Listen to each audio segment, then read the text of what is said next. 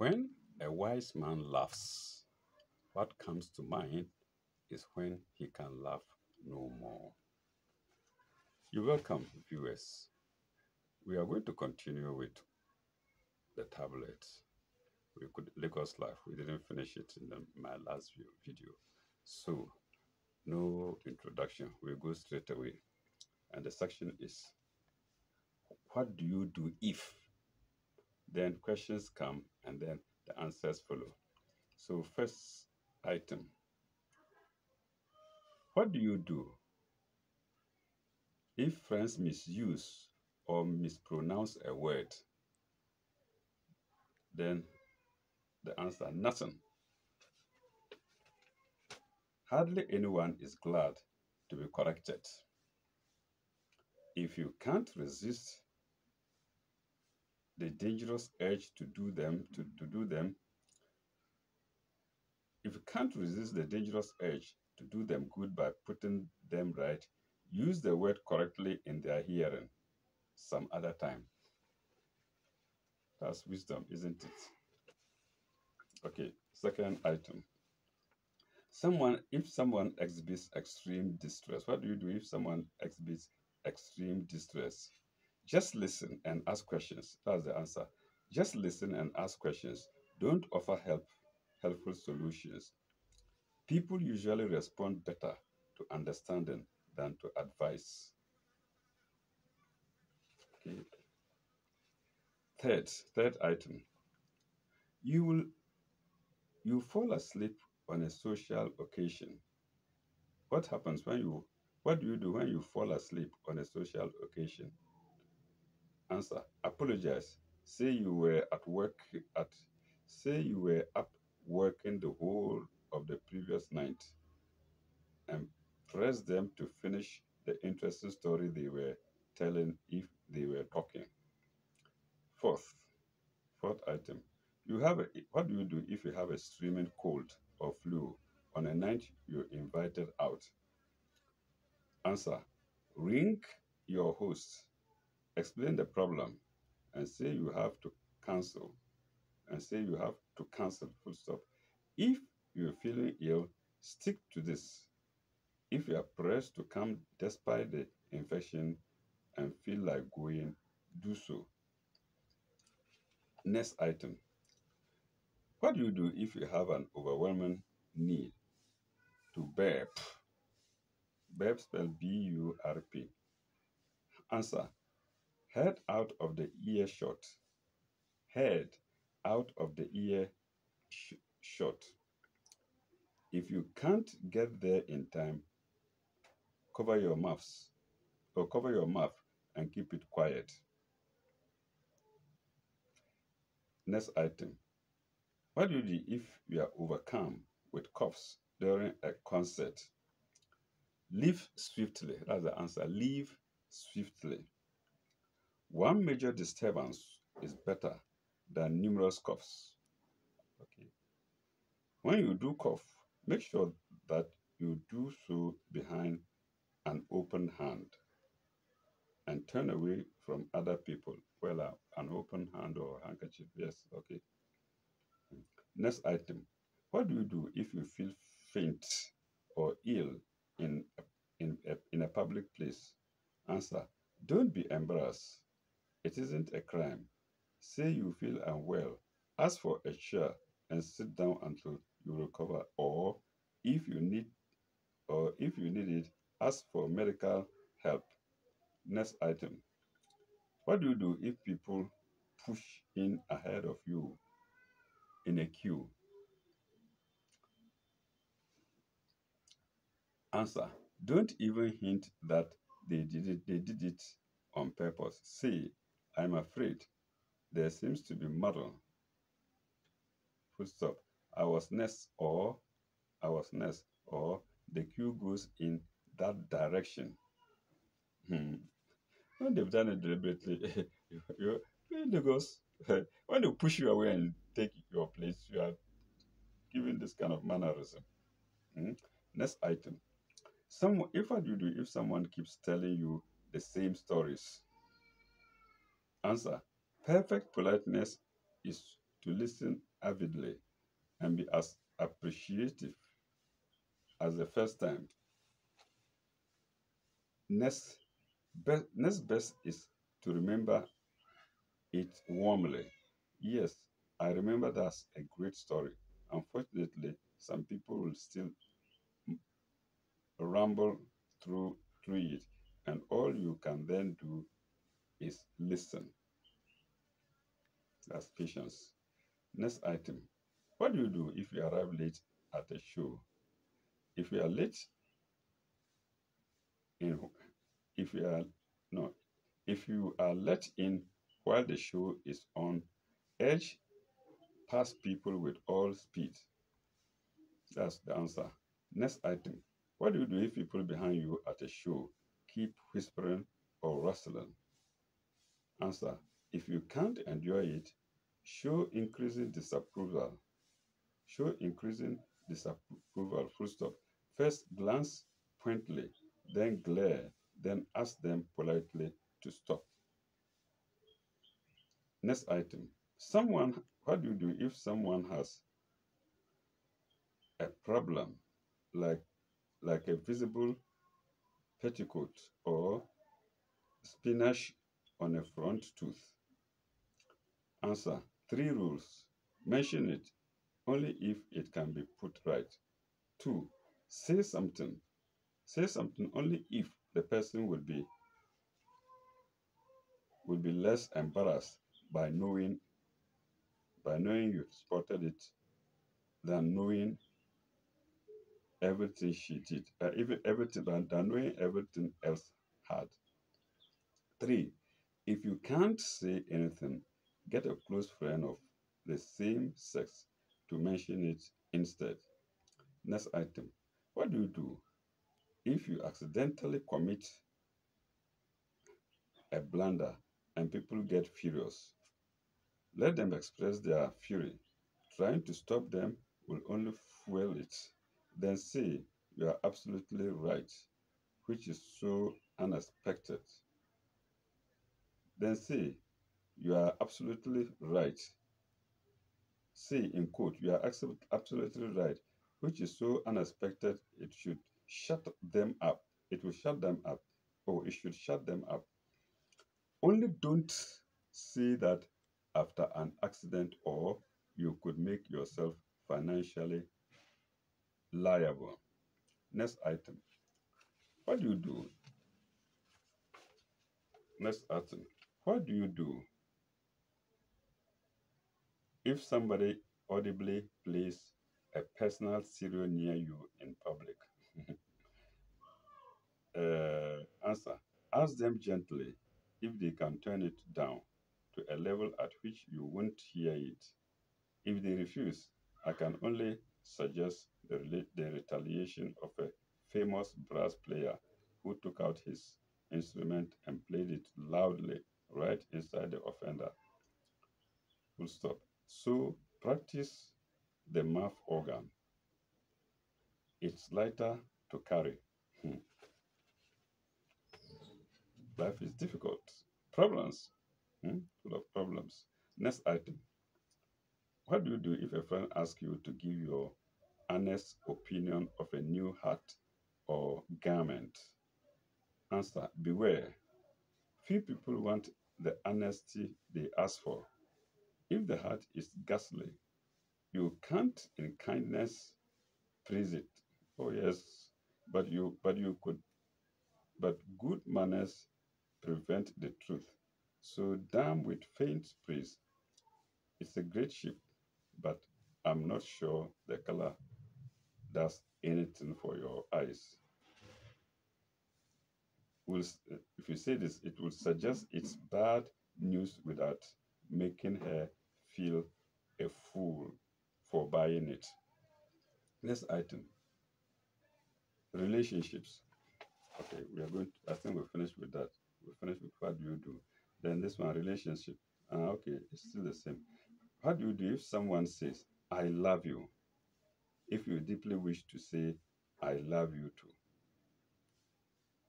If you deeply wish to say, "I love you too," say it is. say it. If you deeply wish to say I love you to say it. But if there is even a hint of doubt, don't. It's a difficult statement to take back. Meanwhile, give a non meanwhile give a non-committal but flattering answer, something along the lines of "You do."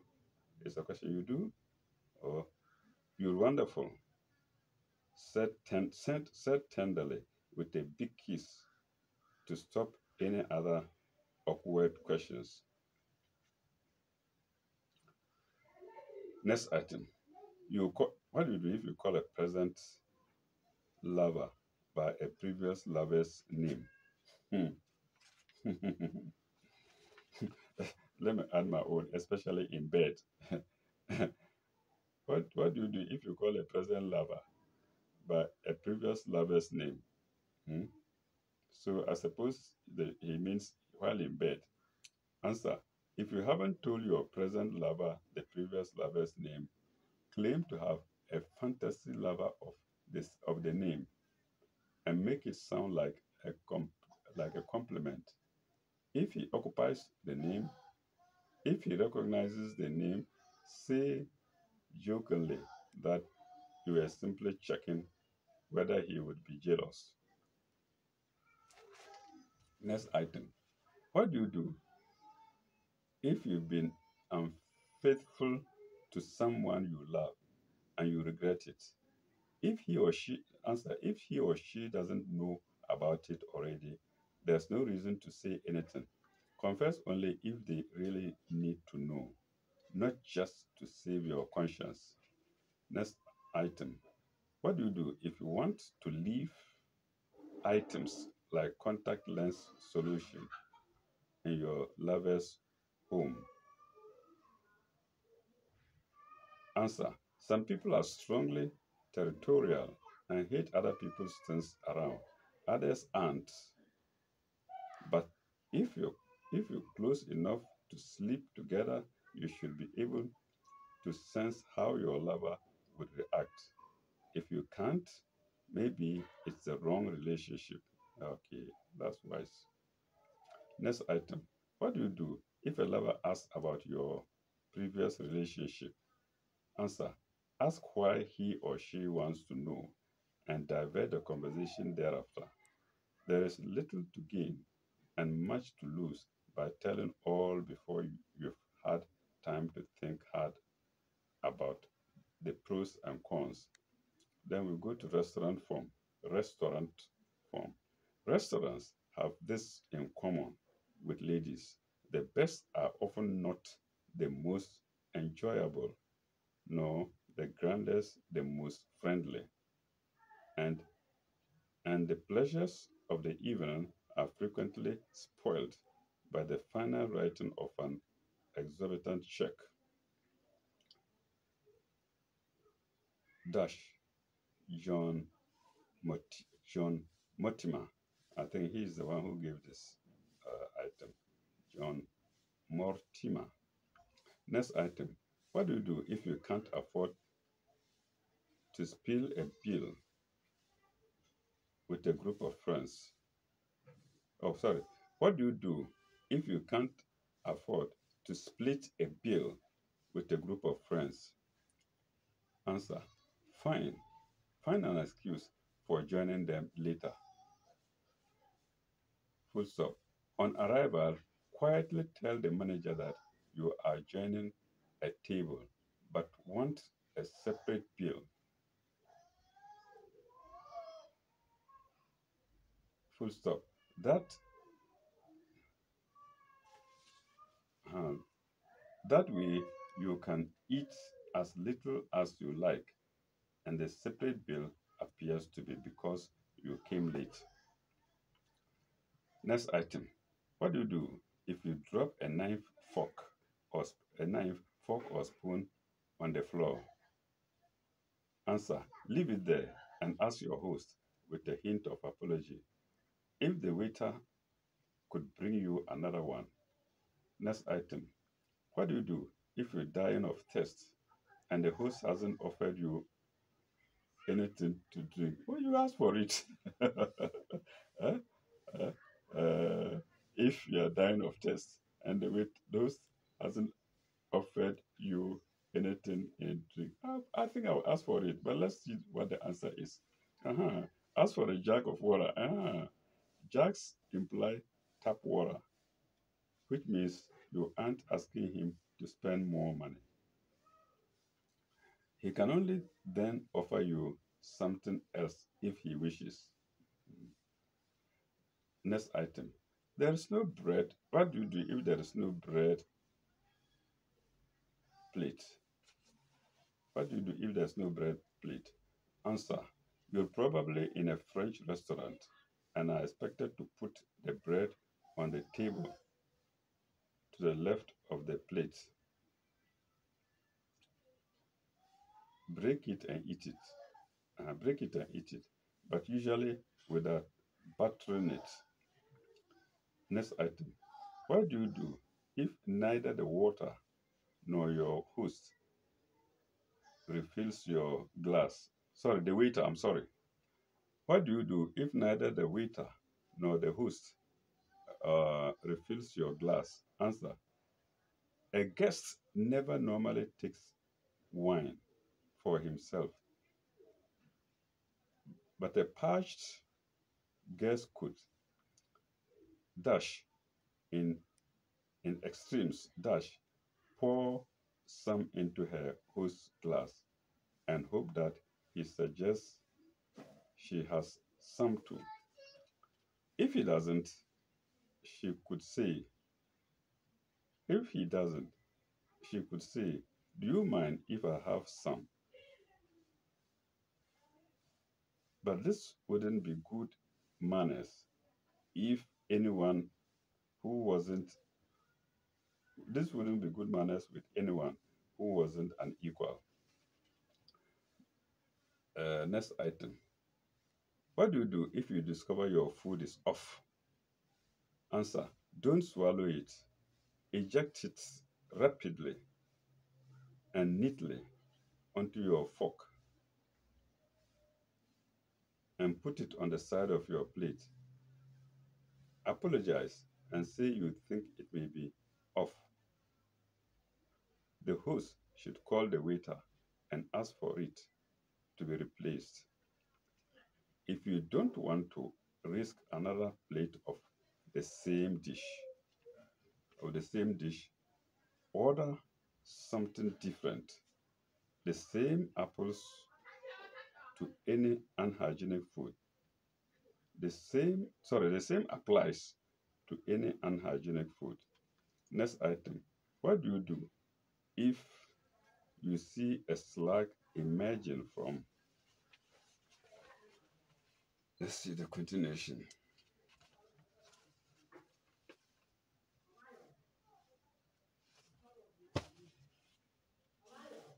Oh, it's continued far away, page 15.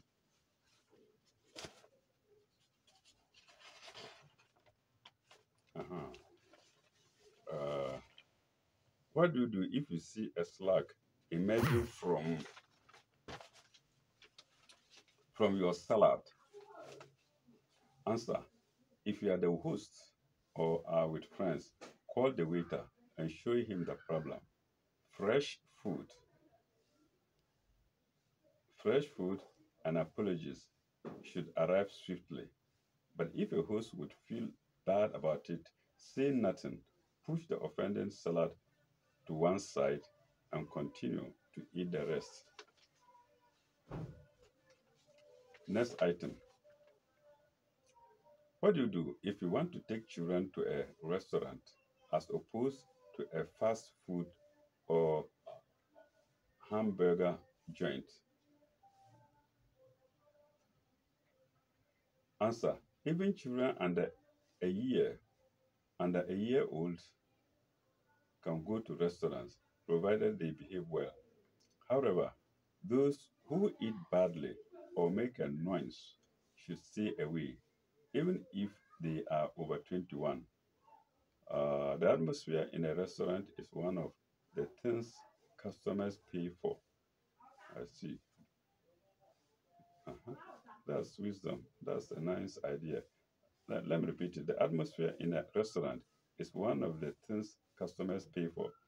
No one should disrupt it unless he is willing to subsidize the bills or all the other diners. The bills, unless he's willing to subsidize the bills of all the other diners. Next item. What do you do if a restaurant has a buffet and it isn't clear whether the system is have as much as you like or go back as often as you like? The answer: ask before you help yourself. Full stop. In a single helping system, the prices are calculated to allow for guests piling their plates high.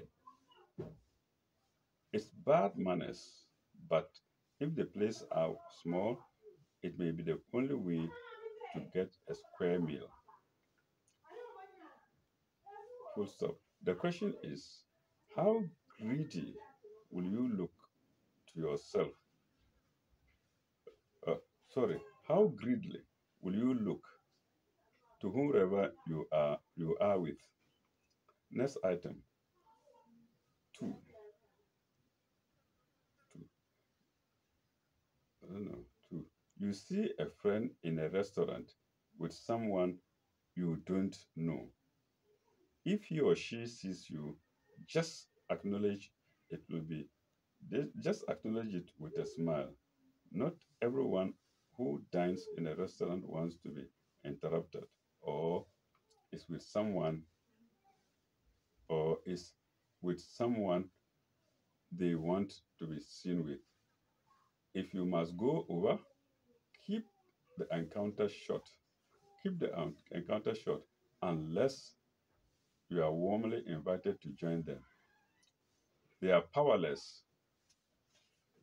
They are powerless to move if they don't want your company, and you shouldn't make them feel obliged to ask you to sit down. Next item. What do you do if you want to share a companion's food?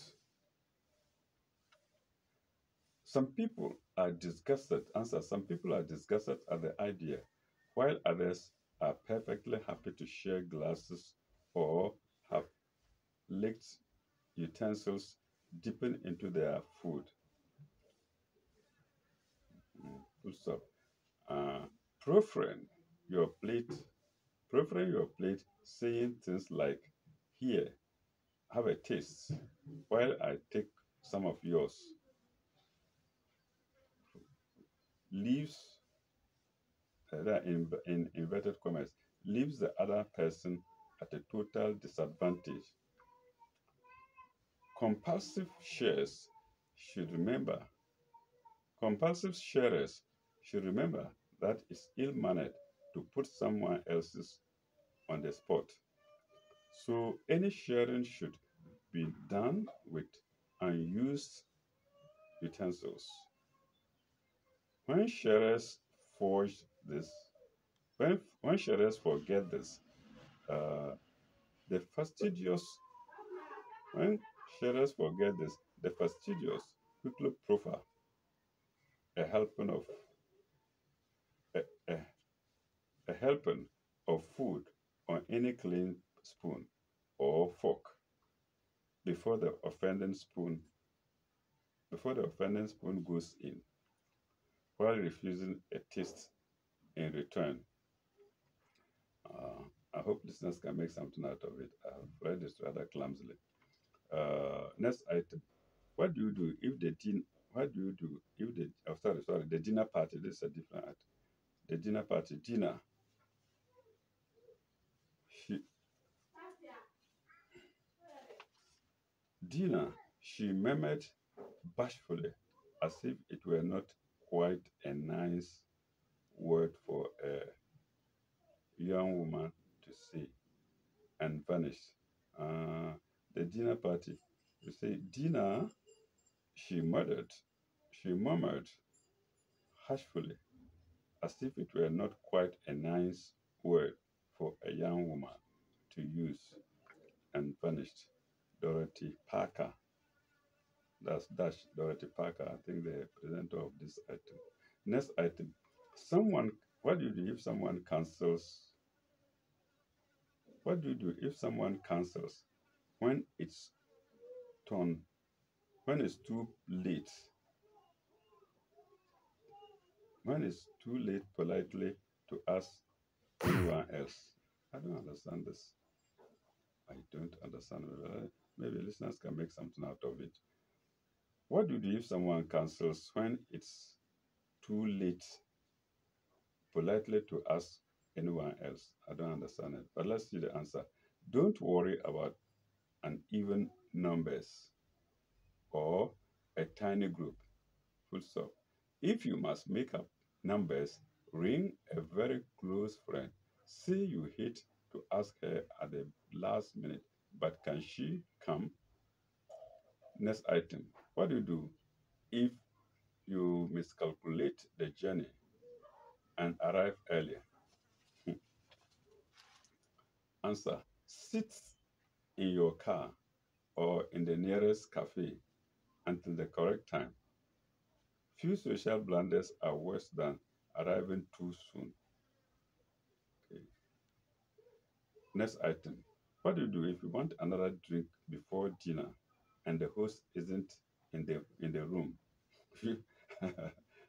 You serve yourself. Hmm? Okay, let's hear the answer. Let's hear the answer.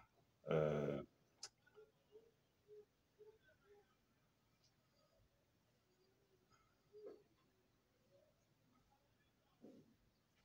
let's hear the answer.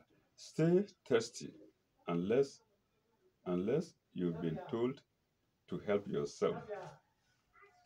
At a large party where drinks are put out on a table, guests are expected to help themselves before a meal they aren't before the meal before a meal they aren't, nor are they at most small drinks parties, unless it is a young people's bottle party. Well, I, I, I don't think I understand that much, but listeners may put things together, or viewers may put things together. Let me repeat it. Hmm. What What do you do if you want another drink before dinner and the host isn't in the room? Answer. Stay thirsty unless you've been told to help yourself. At a large party where drinks are put on a table, guests are expected to help themselves they aren't before the meal they aren't, nor are they a most small or are they at most small drinks parties unless it is a young people's bottle party. Yes, I still don't understand it, but viewers may get some meaning out of it. Next item. What do you do if you have an important reason for needing to leave the dinner party early? Answer. Ring the hostess as soon as the problem arises. Explain and suggest you cancel rather than risk breaking up her dinner party. It's up to her to accept this cancellation or tell you to come anyway. Or tell you to come anyway. If you're leaving early, try not to make of to make it obvious to other guests. But if you spot it, say you're leaving for a reason X. You are leaving for a reason X. Then you won't start a rush. Next item. What do you do if you're desperate to smoke and your hostess has an unsmoking sitting room? Answer. Try to live without smoking. If you really can't, say you think you are say you think you've forgotten to lock your car. Go out smoke half a cigar, discard it, and return quietly. Well, nice answer. Next item. What do you do if you haven't finished cooking when the guests arrive? Answer. Either introduce them, give them drinks, and leave them to read, or if it's an informal meal, invite them into the kitchen or do some preparations in the sitting room. Don't feel a failure. Guests who normally are prepared, guests who normally are prepared can feel delightfully superior, and those who normally aren't can feel comforted. Next item.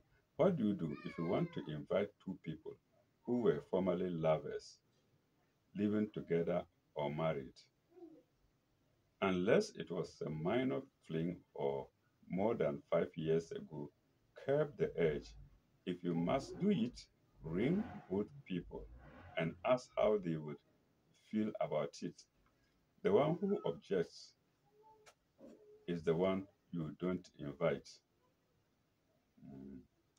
And you gently explain your reasons. If he then decides to if he then decides to quell his feeling rather than miss a party, let him come. Next item. What do you do if you're invited to something? What do you do if you're invited to something wonderful on an evening for which you have already accepted another engagement? Answer. Answer. Uh, how dangerously do you want to live? Yes, how dangerously do you want to live? Only if only if the invitation is on another planet and you have it's on another planet and you have private transport, and you have private transport there, can you be certain that your plausible lie won't be uncovered? Full stop. And hell hath no fury like a host scorned. Full stop. The exception is an invitation by the queen. Full stop. Full stop. But, comma, sorry. It's an invitation by the queen, comma, which overrules all other engagements. Which overrules all other uh, engagements. Next item, uh, the business scene. That's the title. But it's a continuation of what do you do. Okay, what do you do if you fall for a colleague? Fine. The answer, fine. But the relationship must best kept, must, but the relationship is best kept for after work. If you flaunt it, consider how much harder things will be if it breaks up, having been the subject of jealousy and gossip. Full stop. And remember, probably more careers are ruined on the casting couch than are ever made on it. Next item. Uh, men repeatedly ask you, what do you do if men repeatedly ask you to make the coffee or the meeting even though you have equal status? Answer. Like most ill manners, it should be deflected, not rebutted. But nobody would drink the coffee if you made it as if you are a terrible coffee maker, as if you are a terrible coffee maker. Full stop. Then pick on the vainest man in the then pick up the vainest man in the room and say, you've heard he makes wonderful coffee, and you're sure people will enjoy his more than yours. That's a wise suggestion. Okay. Uh, next item.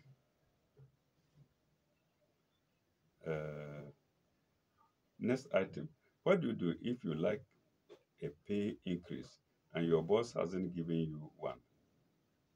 Answer. There are only two reasons for getting a rise. One, need, or just desires. Full stop. You're most likely to be successful if you ask for it confidently but unaggressively. Casually mention the rate paid by a competitor. Pick a good day and a time when your merits have been uh, conspicuous. conspicuous. Don't advertise a lifestyle that seems more affluent than that of the superior, given than that of superior, and that of the superior, given the rise, that of the superior, given the rise. The rise in pay. He or she won't know that the luxury holiday was on an overdraft. Inquire within, inquire within upon modern etiquette by Moira Bremer is published by Central Hutchinson. Okay, all these questions and answers, that's where they are coming from. So it's finished, but what is written under is inquire Wilson. Inquire Wilson upon modern uh, and etiquette by Moira Brew by Moira Bremer is published by Century Hutchinson. I don't know if you can read it. Man gets 3.1 million to fight Satan. Hmm? Let's see. Yes, maybe we can do it. I think it's the last one. Town Still Rule Passport Office. Child care workers on training in UK. Women out with manifesto. So you can read it. We can quickly read it. Hmm? Man gets 3.5 million naira to fight Satan. Wonderful, isn't it? Hmm? Uh, a country preacher and his wealthy flock thought they were making a deal with the devil when they were actually being fleeced for more than $3,000, about 3 million naira, by a con artist claiming to be Satan's servant, according to authorities. Police in Newark, England, said the elaborate scam was the work of Derry Knight, who convinced church members that he needed their money to break up a satanic cult. Hmm. Next paragraph. In fact, Knight spent a fortune on prostitutes, expensive cars, and extravagant gifts for his girlfriends, said prosecutor Michael Michael Cockery. We have human beings on earth.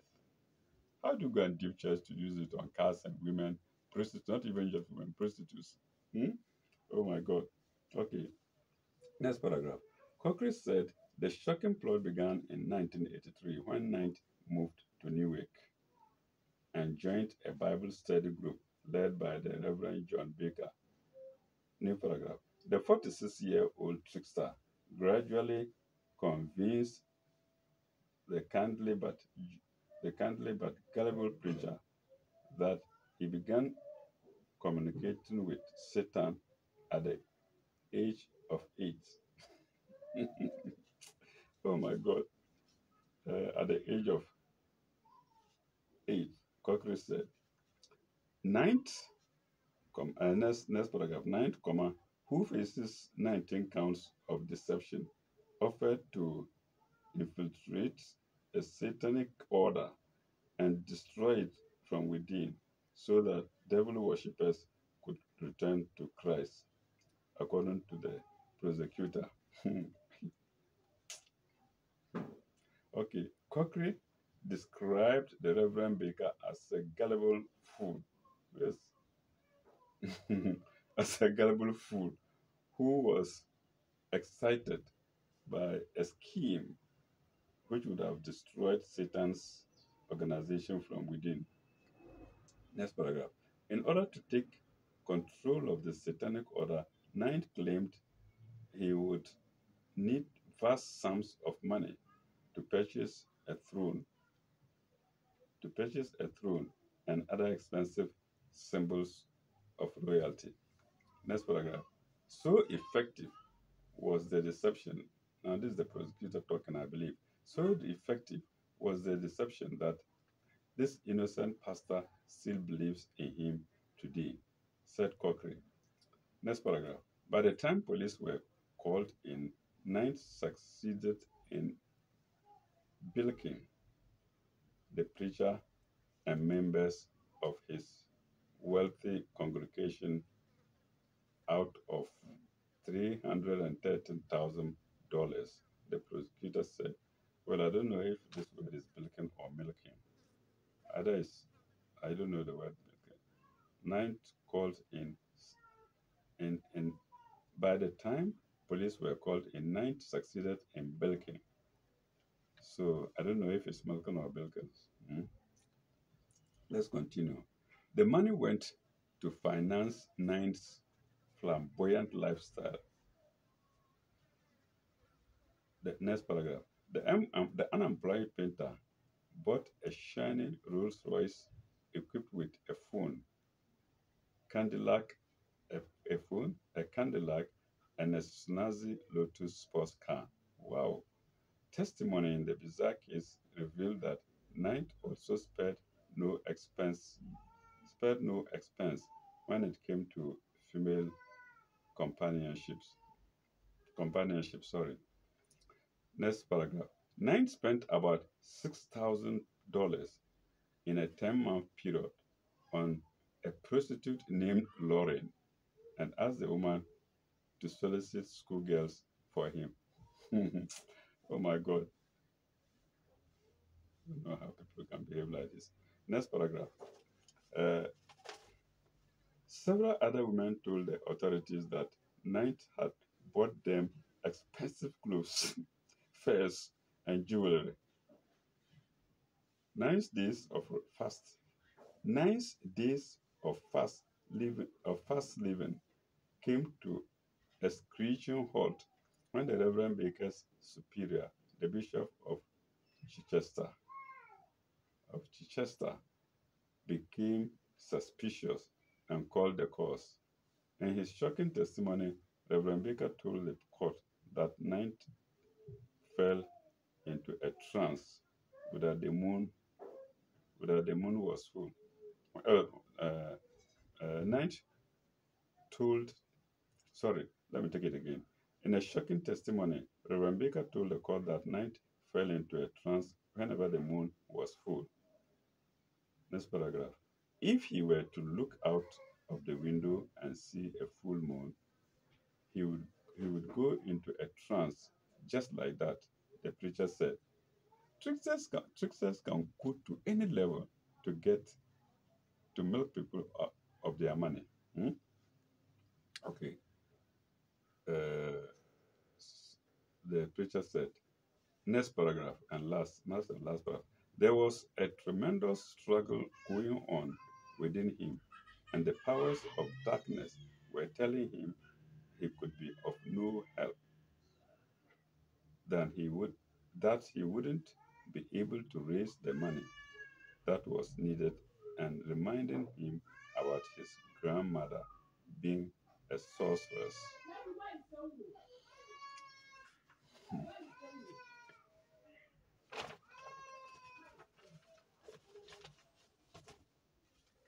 Taos, Taos still rule passport office, not important. Women out with manifesto, not important. Child care workers on training in UK. Well, we can leave that out. So, so viewers, I think we've done with Lagos life, and I believe next time we will go to the Quran to see what is in there for us.